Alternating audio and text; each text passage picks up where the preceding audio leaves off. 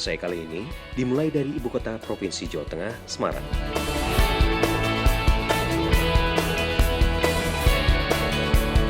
Kota yang terkenal dengan landmark bangunan-bangunan tuanya ini menyimpan sejuta cerita menarik. Sayang kali ini saya hanya singgah sejenak di pusat kota sebelum beranjak menuju tujuan saya selanjutnya. 40 menit berkendara dari pusat kota Semarang, melewati akses jalan tol Bawen yang baru dibuka, sampailah saya di daerah Banaran. Di sini ada perkebunan kopi dan karet milik PT PN 9.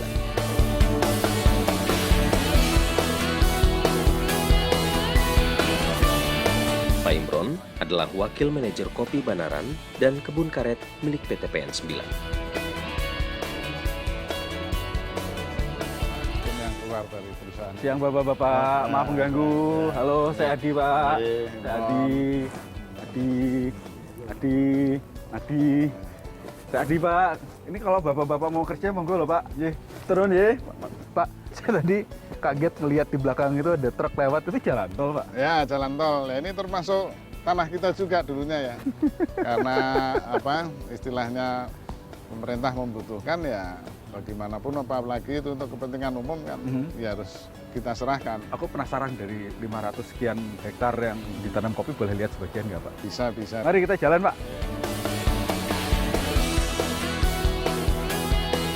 Dengan ditemani Pak Imron, saya diantar untuk melihat proses panen di kebun peninggalan pemerintah kolonial Belanda itu.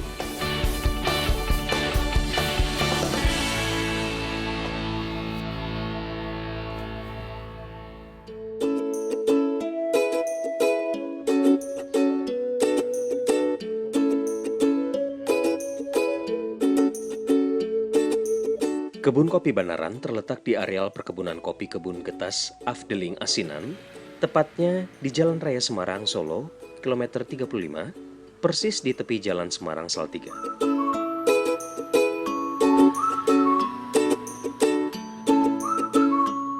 Kebun kopi dengan luas 385,42 hektar ini dibagi menjadi 13 blok petian dengan luas per bloknya 30 sampai 32 hektar. Saat panen awal seperti ini, pohon kopi bisa menghasilkan 1,6 ton biji kopi per hari. Masih sedikit memang jika dibandingkan saat panen raya tiba, yang panen kopinya bisa mencapai 30 sampai 40 ton per hari.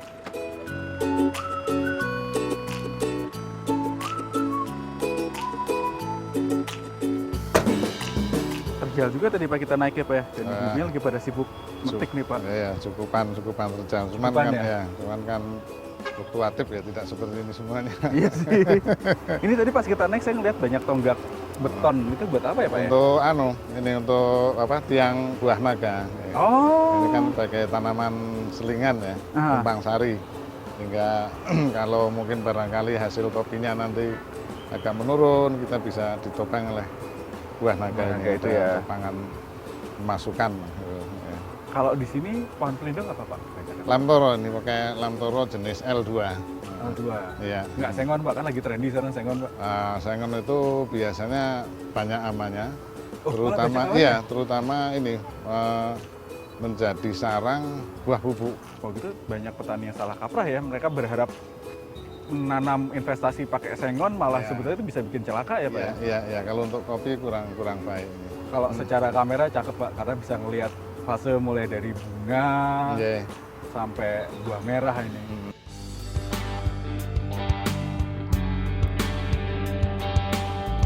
Kebun kopi dengan jarak tanam 3 x 3,5 meter dan ketinggian maksimal 180 cm ini membantu proses panen yang dilakukan petani menjadi lebih mudah. Saat musim panen raya tiba, buruh petik kopi bisa mencapai 500 orang. Para pekerja di sini adalah pekerja harian lepas teratur. Artinya, mereka mendapatkan UMK dan jam kerjanya sudah ada batasan. Dalam sehari, pekerja harian diupahi Rp40.500.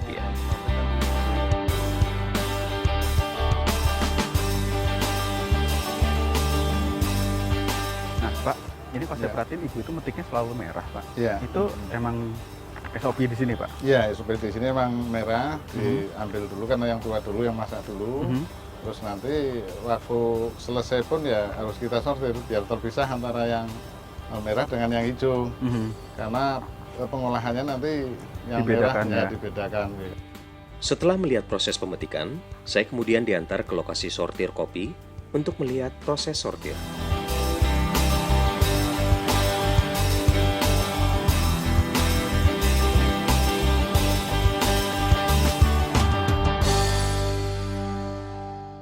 Oh, ini beneran disortir satu-satu ya, Pak ya? Iya, Jadi proses ini selalu dilakukan setiap kali habis panen ya, Pak ya? iya, habis petik. Habis petik, ya. Terus sortir ini antara memisahkan hijau sama merah ini. Kalau hitam itu nanti di sana itu kan ini dimasukkan ya, di Tambangan. tambangan itu kan nanti akan tambang sendiri. Kopi yang telah disortir ini selanjutnya ditimbang beratnya. Setelah itu, karung-karung yang berisi biji-biji kopi ini diangkut dan dibawa ke pabrik yang berada di Dusun Banaran, Gemawang, sekitar 35 km dari lokasi kebun kopi.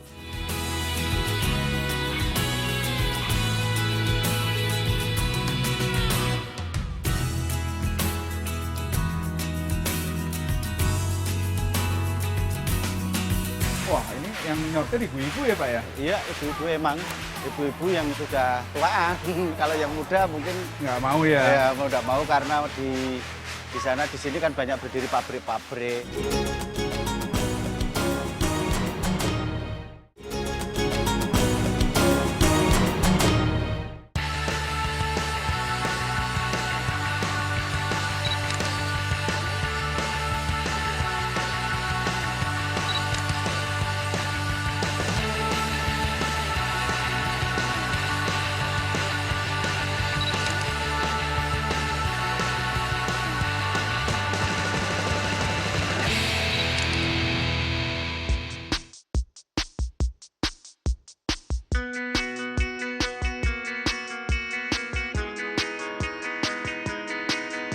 Untuk sampai ke lokasi pabrik, diperlukan waktu tempuh perjalanan kurang lebih 1 jam.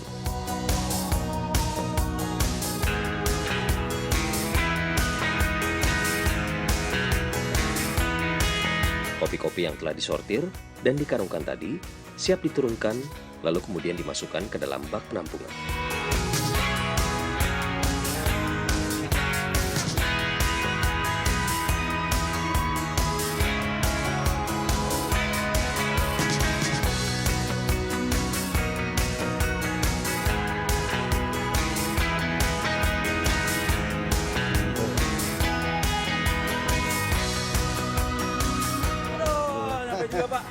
Apa kabar? Baik-baik, Pak. Apa kabar, Pak? Saya Adi.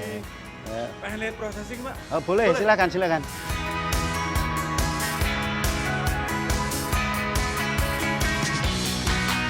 Saya bertemu dengan Pak Sujoyo. Pak Sujoyo adalah Kepala Bagian Sinder Teknik Teknologi Pabrik Kopi Banaran. Yang tuh lubang angin itu masih zaman Belanda punya itu. Bersama beliaulah, saya ditemani berkeliling pabrik dan melihat proses pembuatan kopi sampai dengan kemasan. Pabrik kopi milik PT PN 9 sudah berdiri sejak 1911 dan bangunannya ini merupakan asli peninggalan zaman Belanda dulu. Hanya sebagian alat-alatnya saja yang mengalami peremajaan dan penggantian. Dari sini, saya langsung diantar ke lokasi bak penampungan. Tempat inilah tahap pertama pengolahan kopi dimulai. Nah, Pak, sehari itu bisa berapa ton, Pak, di sini, Pak? Kalau lagi puncak-puncaknya biasanya nyampe 100-an ton. Kalau Kan lagi tulisannya 70 ton, Pak. Itu gimana ceritanya tuh? ya, 70 ton itu kapasitas ini untuk menampung sesaat. Tapi di sini kan begitu ditampung, langsung diolah. Langsung diolah sehingga kalau 140 ton pun mampu. Tapi kalau langsung diolah, kalau langsung ditampung begini dok ya 70 ton. 70 ton. Tapi pernah nggak melampaui kapasitas? Pernah tahun 2012 sampai satu hari itu 120 ton. Karena 120 ton kemampuan mesin itu cuma 100 ton, ya kita olah 100 ton dibuat WP, kemudian sisanya pakai DP. Nah, dari sini masuk kemana, Pak? Ini kan penampungan ya, nah, masuk ke bak sipon. Yang bak sipon itu yang sana, lewat lubang itu, dialiri air, kemudian masuk ke bak sipon. Oke, kita lihat sebelah sana ya Pak. Nih, monggo.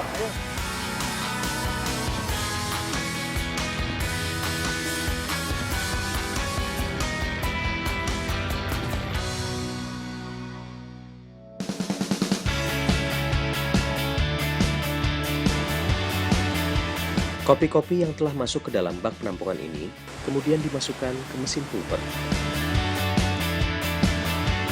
Dari mesin pulper ini, kemudian kopi akan masuk ke bak fermentasi. Setelah itu, kopi-kopi yang sudah difermentasikan ini akan masuk ke dalam saluran air bertekanan 110 debit per menit, gunanya untuk mendorong kopi hingga sampai ke ruang pengeringan yang berada di atas pabrik.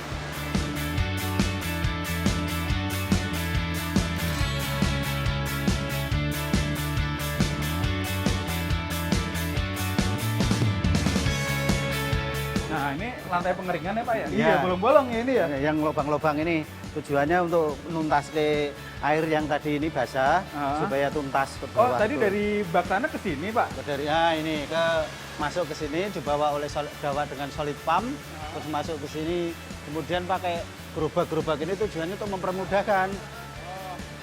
Oh, jadi dari situ nanti dibawa ke sana? Nah, ya tumpuk-tumpuk seperti itu tujuannya untuk meniriskan, nanti setelah itu dihampar supaya diratakan. Oke, baru dipanaskan dengan Dipanaskan, udara dikasih panas. udara panas. Berapa lama Pak pemanasannya Pak? Pemanasannya kalau pemanasan cuma 1 jam, tapi kalau ini panas sampai kering 36 jam. Ada berapa ruangan seperti ini sebetulnya? Ini ruangannya ada 1, 2, 3, 4. Ada 4 fish. Jadi 60 ton ya kasarnya dalam satu siklus ya? Proses pengeringan kopi menggunakan kayu bakar ini dinamakan fish dry.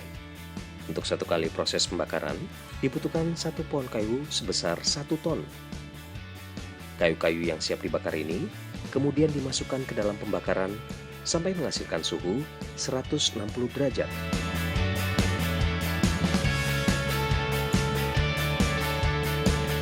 Lubang-lubang udara di sekeliling bangunan ini berfungsi sebagai saluran masuknya udara dingin dari luar. Selanjutnya, udara panas yang dihasilkan akan keluar lewat cerobong asap.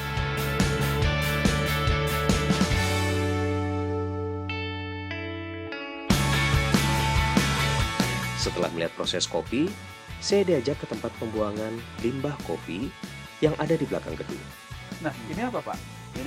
Yang ini limbah tadi yang dari raung pulper, itu lewatnya limbahnya ke sini. Oh, jadi kulit dan lain-lain ke sini Pak? Ke sini itu airnya kalau kulitnya yang bekas-bekas itu termasuk lendir masuk ke situ, tertampung airnya mengalir ke sana. Pembuangan selanjutnya ke bawah sana. Ada di Nggak sana. bau ya Pak ya? Lahan pengolahan limbah ini adalah tempat penampungan sementara. Masih ada 2 lahan penampungan lainnya sampai air limbah bersih dan siap untuk mengairi sawah.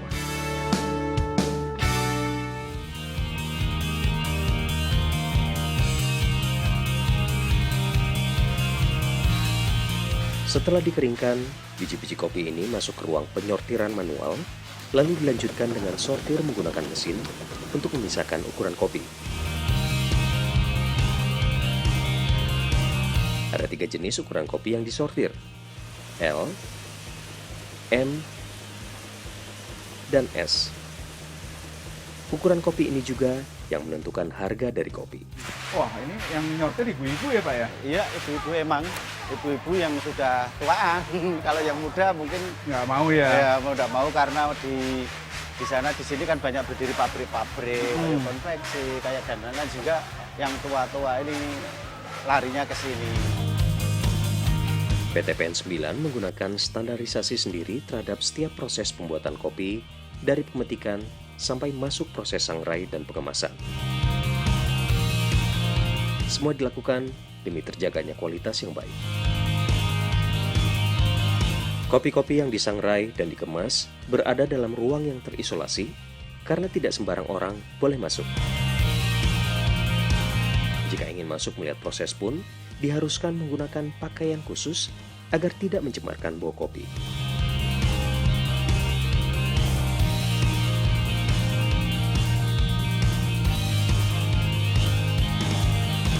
Kebenaran ini kan banyak banget wahananya nih, Iya. andalannya apa sih sebetulnya?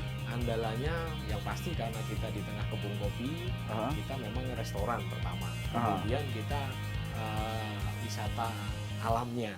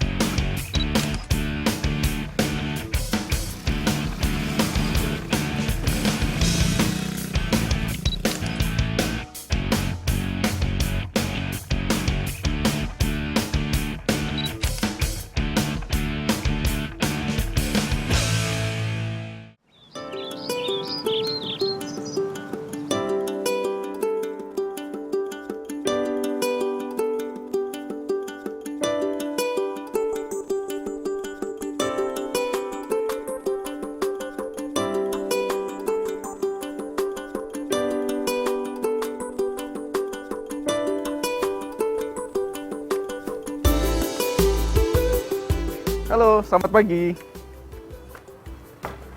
Selamat datang di Banaran Resort Hotel. Saya menginap di sebuah villa seperti yang bisa dilihat di belakang saya.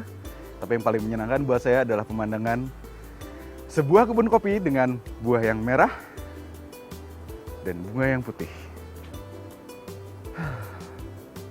Baunya keren banget. Banaran adalah sebuah unit agrowisata dari PT PN 9 yang unit usaha ini bisa menjumlahkan hingga 15% dari total pendapatan parent company-nya yaitu PT PN 9. Apa yang membuat Banaran bisa seperti itu? Karena Banaran punya banyak banget fasilitas. Banyaknya apa? Mending kita jalan-jalan bareng, kita lihat ada apa. Bentar ya, saya nikmati kopi dulu. Karena pemandangan seperti ini buat saya sangat berharga. Nggak tiap hari bisa kelihatan kayak gini.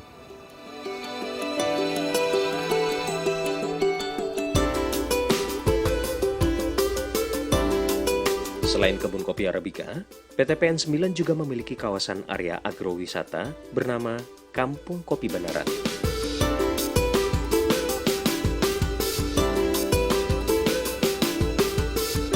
Di dalamnya ada resort yang terdiri dari 5 villa, seperti yang tengah saya tempati, restoran, serta pusat rekreasi keluarga dengan berbagai wahana.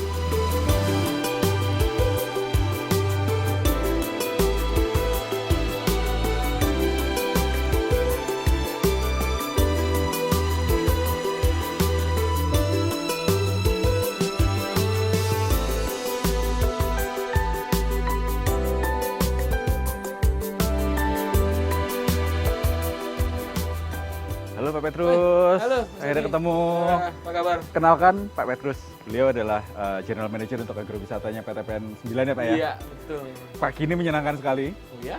Bangun pagi dengan aroma kopi, pemandangan pohon kopi lagi berbunga dan berbuah. Wah, ciamik pokoknya. Alhamdulillah. Tapi jadi keluar banyak pertanyaan Pak. Nah, gimana? Kan Banaran ini kan banyak banget wahananya nih. Iya. Andalannya apa sih sebetulnya? Andalannya yang pasti karena kita di tengah kebun kopi, Aha. kita memang restoran pertama. Kemudian kita wisata alamnya. Wisata alamnya, kemudian digabungkan dengan sekarang andalan terbaru adalah kita punya resort ini. Ada resortnya ya? Ada resortnya. Nah, mumpung mataharinya belum terlalu terik, gimana kita jalan-jalan Oh naik boleh, keretanya? boleh, boleh. Yuk, mari kita naik yuk, kereta, nanti kita yuk. ngobrol di Oke, mobil ya, iya, di kereta oke, ya. yuk.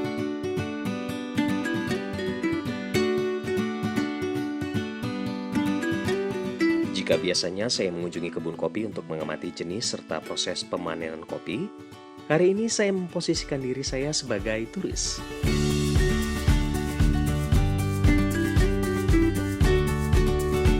Nah, Pak, ini kan kebun Banaran ini luas nih Pak. Sebetulnya luasnya berapa sih Pak? Kalau kebun kopinya 400 hektar. Ya, 400 hektar kebun kopinya. Tapi kalau yang untuk wisata agronya 40 hektar. 40 hektar. 40 hektar. Iya. Jadi sekitar 10% didedikasikan untuk agro ya? Betul, betul. Nah, ini sejarahnya gimana nih? Kebunnya dari kapan? Agronya kapan? Terus tadi yang villanya kayak masih relatif baru ya villanya ya? Iya, iya. Kalau kebun ini dari sudah dari tahun 1900-an peninggalan Belanda, perkebunan Belanda. Tapi kalau untuk wisatanya, wisata agro dimulai tahun 2005. 2005. Kemudian sekarang ditambah dengan penunjang resortnya itu tahun 2012 baru kita buat. Iya. Kebetulan kali ini dekat dengan Semarang, tapi suasananya suasana perkebunan. Sehingga yang menjadi daya tarik memang suasana kebun, orang kemudian bisa makan, bisa menikmati wahana-wahana itu dengan suasana kebun. Sehingga beda dengan yang dirasakan setiap harinya gitu. Mudah juga aksesnya ke sini gitu. Gitu. Itu ada apa aja tuh? Ada, tadi aku lihat ada ini ya, apa ATV ya? ATV ada, terus kemudian ada flying fox, kemudian ada outbound kit, ada kolam renangnya, kemudian ada kereta wisata seperti yang kita pakai ini, keliling kebun, kemudian ada taman buah. Taman buah. Taman buahnya bisa kita kalau pas pada saat buah bisa kita lihat, bisa Ada nikmati. menjangannya ya, ada masalah. Iya, ada rusanya gitu ya. Jadi one stop service bisa datang ke situ. Bisa kita lihat semua gitu. Nah, rencana ke depannya apa nih Pak? Beneran nih Pak? Rencana ke depan kita ingin mengintegrasikan antara tempat kita dengan wisata lain, terutama yang bersebelahan itu kan ada rawa pening yang jadi daya tarik. Nah ini keinginan saya sih ke depan ada semacam kereta gantung karena memungkinkan sekali dari sini ke rawa pening itu dengan kereta gantung. Ya? Di tengah perjalanan, kami berhenti sejenak. Pak Petrus menunjukkan saya pemandangan rawa pening dari kejauhan.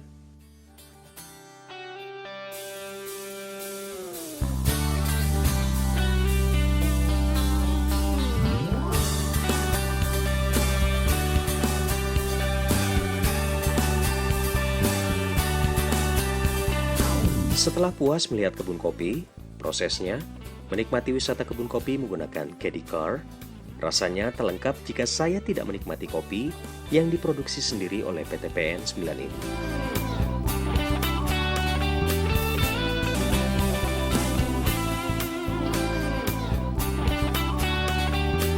Lokasi yang strategis, hanya 5 menit dari pintu keluar tol Bawen dan berada di tengah jalur Semarang, Solo, Yogyakarta, membuat kampung kopi menjadi pilihan untuk beristirahat bagi yang melakukan perjalanan ataupun yang ingin berwisata bersama keluarga.